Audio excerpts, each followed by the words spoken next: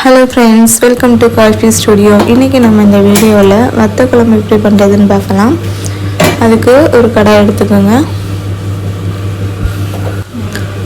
குழம்புக்கு தேவையான அளவு எண்ணெய் ஊற்றிங்க. இந்த அளவு 2-3 ஸ்பூன் அளவுக்கு இருக்கும். நல்லெண்ணெயில் வத்த குழம்பு வச்சிங்கன்னா ரொம்ப நல்லாயிருக்கும். ஆனால் நான் இன்றைக்கி ரைஸ் பிராண்ட் ஆயில் தான் யூஸ் பண்ணுறேன். எண்ணெய் காஞ்சதும் வெந்தயம் 1 ஸ்பூன் அளவுக்கு சேர்த்துக்குங்க. வெந்தயம் நல்லா பொரிஞ்சு வந்ததும் கட் பண்ணி வச்சுருக்க சின்ன வெங்காயம், பூண்டு, கருவேப்பிலை இது 3 சேர்த்துங்க. வத்த குழம்புக்கு சின்ன வெங்காயத்தை பொடியாக நறுக்க தேவையில்லை, முழுசாகவே போட்டால் நல்லாயிருக்கும். சின்னதாக இருந்தால் முழுசாக அப்படியே போட்டுங்க. ரொம்ப பெருசாக இருந்தால் ஒரு 2-3 மட்டும் கட் பண்ணி போட்டுங்க. இப்போ எண்ணெயில் நல்லா வதக்கி விடுங்க.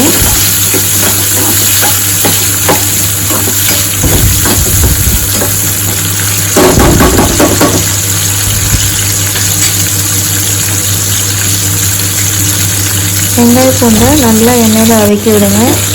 எண்ணெயில் நல்லா வதங்கினதும் கட் பண்ணி வச்சுருக்க தக்காளி சேர்த்துங்க. நான் இன்றைக்கி ஒரு தக்காளி மட்டும்தான் சேர்த்துருக்கேன்.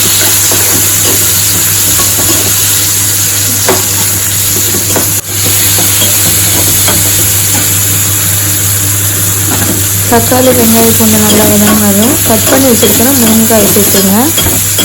முருங்கைக்காய் எண்ணெயில் வதக்கி போட்டிங்கன்னா இன்னும் நல்லாயிருக்கும். முருங்கைக்காய் ஓரளவு வதங்கினதும் வத்த குழம்புக்கு தேவையான வத்தெல்லாம் சேர்த்துக்கலாம்.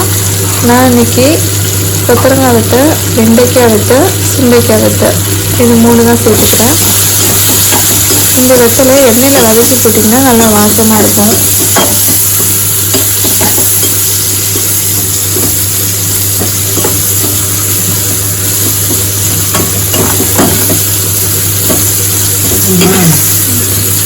நல்லா இந்த அளவுக்கு எண்ணெயிலே நல்லா பரட்டி வதக்கி விட்டுங்க. ஓரளவு எண்ணெயில் வதங்கினதும் கரைச்சி வச்சுருக்க புளி கரைசலை சேர்த்துங்க. நான் புளி தண்ணியிலேயே தேவையான அளவு குழம்பு மிளகாத்தூள், மஞ்சள்தூள், உப்பு இது 3 சேர்த்துக்கிட்டேன்.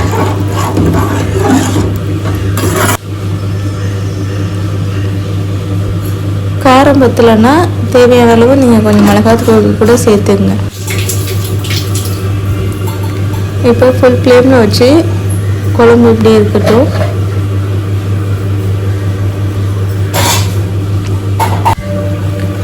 இப்போ பாருங்கள், குழம்பு நல்லா கொதிக்க ஆரம்பிச்சிட்டு இந்த ஸ்டேஜில் ஒரு மூடி போட்டு மூடி வச்சுருங்க.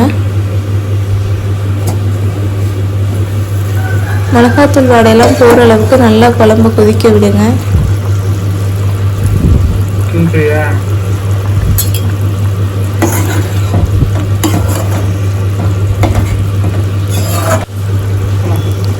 ஓரளவு முருங்கைக்காய் வத்தல் எல்லாமே நல்லா வதங்கிடுச்சு.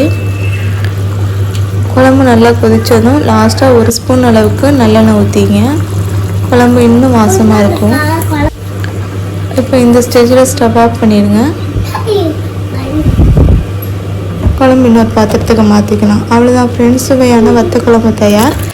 இந்த வீடியோ உங்களுக்கு பிடிச்சிருந்தா லைக் பண்ணுங்கள், ஷேர் பண்ணுங்கள், கமெண்ட் பண்ணுங்கள்.